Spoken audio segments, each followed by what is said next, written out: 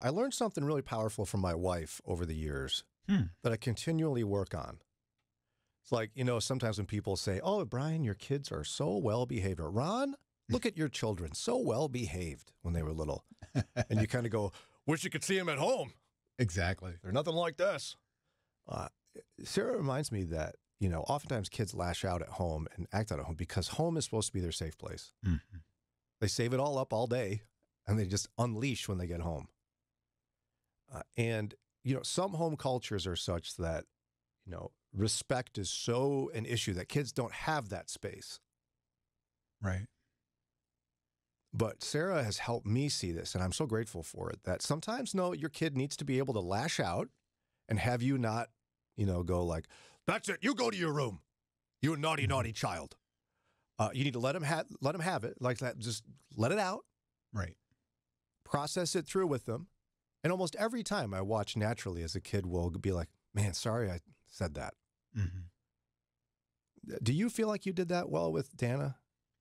You guys have such amazing young adults adults, kids, not young anymore even. My oldest just turned 40. So. Oh boy, stand by. Yeah. I'm not a dictator dad. You don't strike me as that. Yeah. So there wasn't, like some dads are all about, well, I am the figurehead. I'm the boss. Nobody questions the boss, and I'm not that way.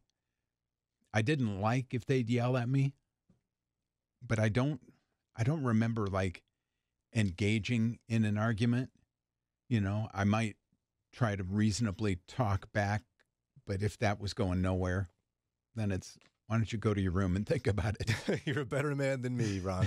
I had a powerful moment I'll never forget where my kids taught me something. It's embarrassing, but whatever. We're on the radio. Who's, no one's going to hear me. Who's listening? I remember one of my kids said, sometimes it feels like you care more about respect than you do about us.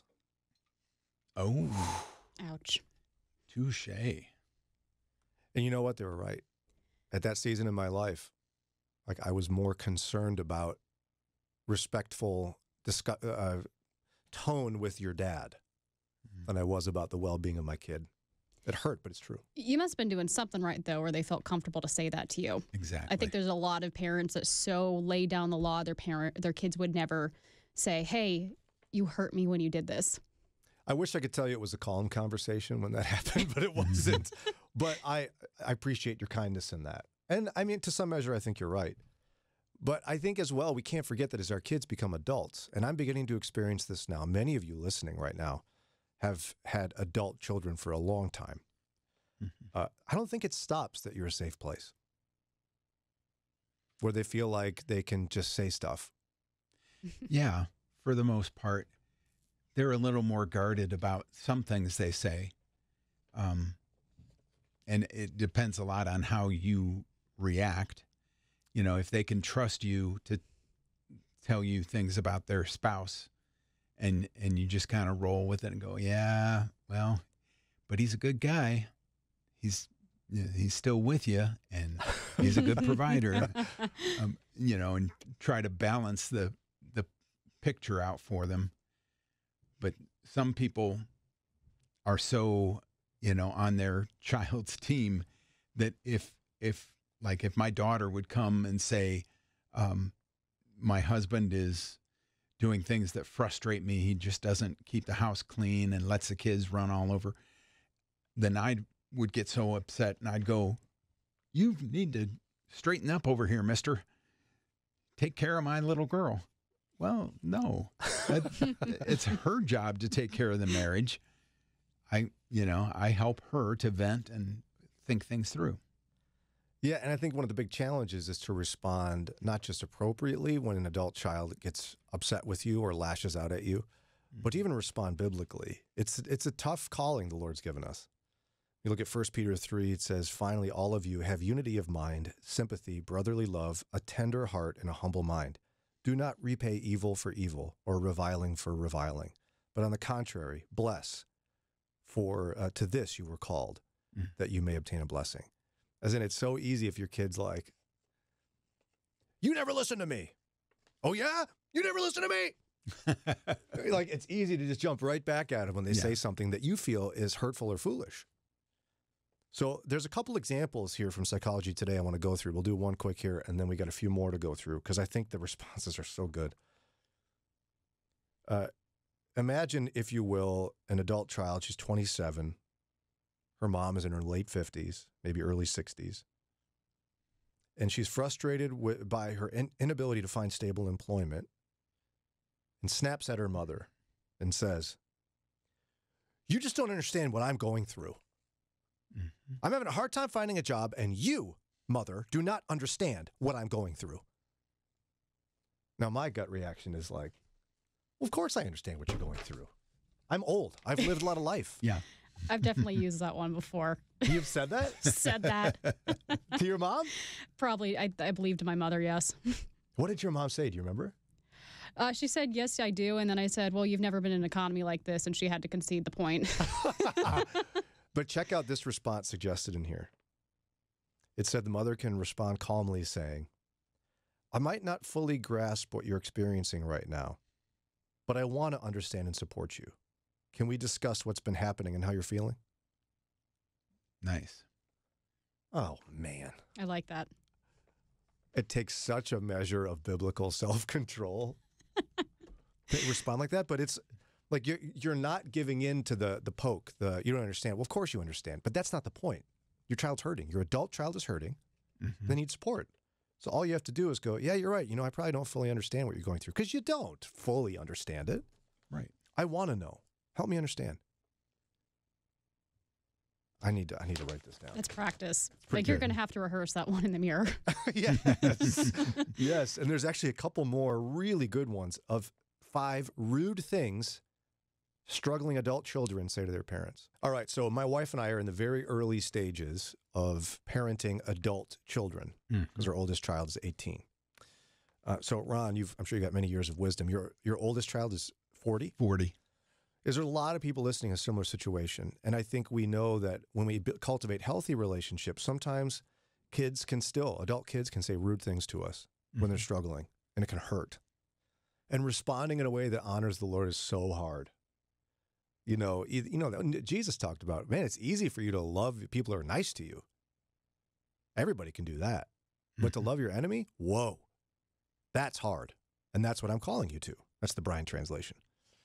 And even though your kid's not your enemy, in those moments, they feel like it. So here's a couple of other scenarios of situations where adult kids say rude things to their parents and suggested responses. One of them would be, imagine a young man, an adult child, right? He's overwhelmed by his recent breakup, and his parents are concerned for him about his breakup. I remember not even telling my mother I was dating Sarah for a few weeks, lest her heart be broken if it didn't work out. Your mother's heart. Yes. Aw. And so his parents are concerned about this breakup, and he says to his parents, "I wish you'd stop nagging me about my life." Ugh. You want to respond and go, "Nagging? What are you talking about? We care about you. We're not nagging you. You want nagging? I'll show you nagging." Yes. The proper response, says Psychology Today, would be, "Oof, I'm sorry it feels like I'm nagging, Mark." So his name is Mark. "I intended to help because I care about you. How can I better support you without making you feel pressured?" Nice. Yeah, that's a good one. Yeah, you're acknowledging whether or not you meant to. You came across as making this person feel nagged, your kid. So you're like, "Wow, I didn't mean to do that. I'm sorry. How can I be better?" That's really disarming too. So no matter how angry your child is at you, like, they're going to deflate. You're probably going to end up having like a really sweet moment. Yeah, it is disarming, isn't it? But I think the love of Christ is designed to be disarming. We don't deserve it. And we got to live it out in these moments, Here's another one. Imagine, if you will, an adult child battling anxiety. They're feeling dismissed about a conversation related to their future. And they declare to their parent, "You never listen to what I have to say. You never listen, and you never did. When I was little, you didn't listen to me, and now you don't listen to me." Oh, I listen. I'm listening right now. What I'm hearing is crazy. You know, it's easy to let this deteriorate so quickly. Here's what Psychology Today says you ought to respond. And I don't know how I feel about this one. It says, I'm sorry you feel that way. I want to understand your perspective and hear what you have to say. Can we sit down and talk about it when you're ready? I'm sorry you feel that way is a trigger for me. Mm-hmm. So that's a hard one. I don't know if I like that phrase, but maybe it's a Brian problem. Yeah, most people, when they say, I'm sorry you feel that way, they don't mean it as like, I'm dismissing you. They can. It's just, I'm feeling, when I say that, it's like, I'm feeling empathy for what you're feeling and I'm trying to understand is generally how I mean it. So I need to get over it, you're saying? Yes. The more blunt way of what you're saying gently. Yeah. And again, it's so disarming to go, listen, I care about you. I want to understand. Mm-hmm. I want you to feel like you're being heard. Can we talk about that? And you actually have to have the humility to believe that's true and then receive the feedback. Even if it's not how you like to interact with somebody, do you want your adult child to be heard or not? And this builds into the future. So if you shut them down now, chances are they won't come to you with other things. Right. And you want them to. You want them to come when they've got problems and need counsel or whatever.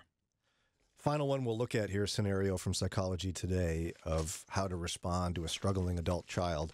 Imagine, if you will, a kid in their 30s, speaking of their parent in their 60s.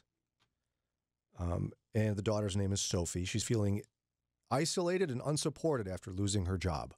She lost her job. So she lashes out at her parent and says, "You've never been there for me." Now, absolutes, we all know, it can't possibly be true. Right. So in that moment, you want to list, oh, yeah? Here's all the times I was here for you, kid. Sit down. You can't say that. No. So the response they suggest, I'm deeply sorry that you feel I haven't been there for you.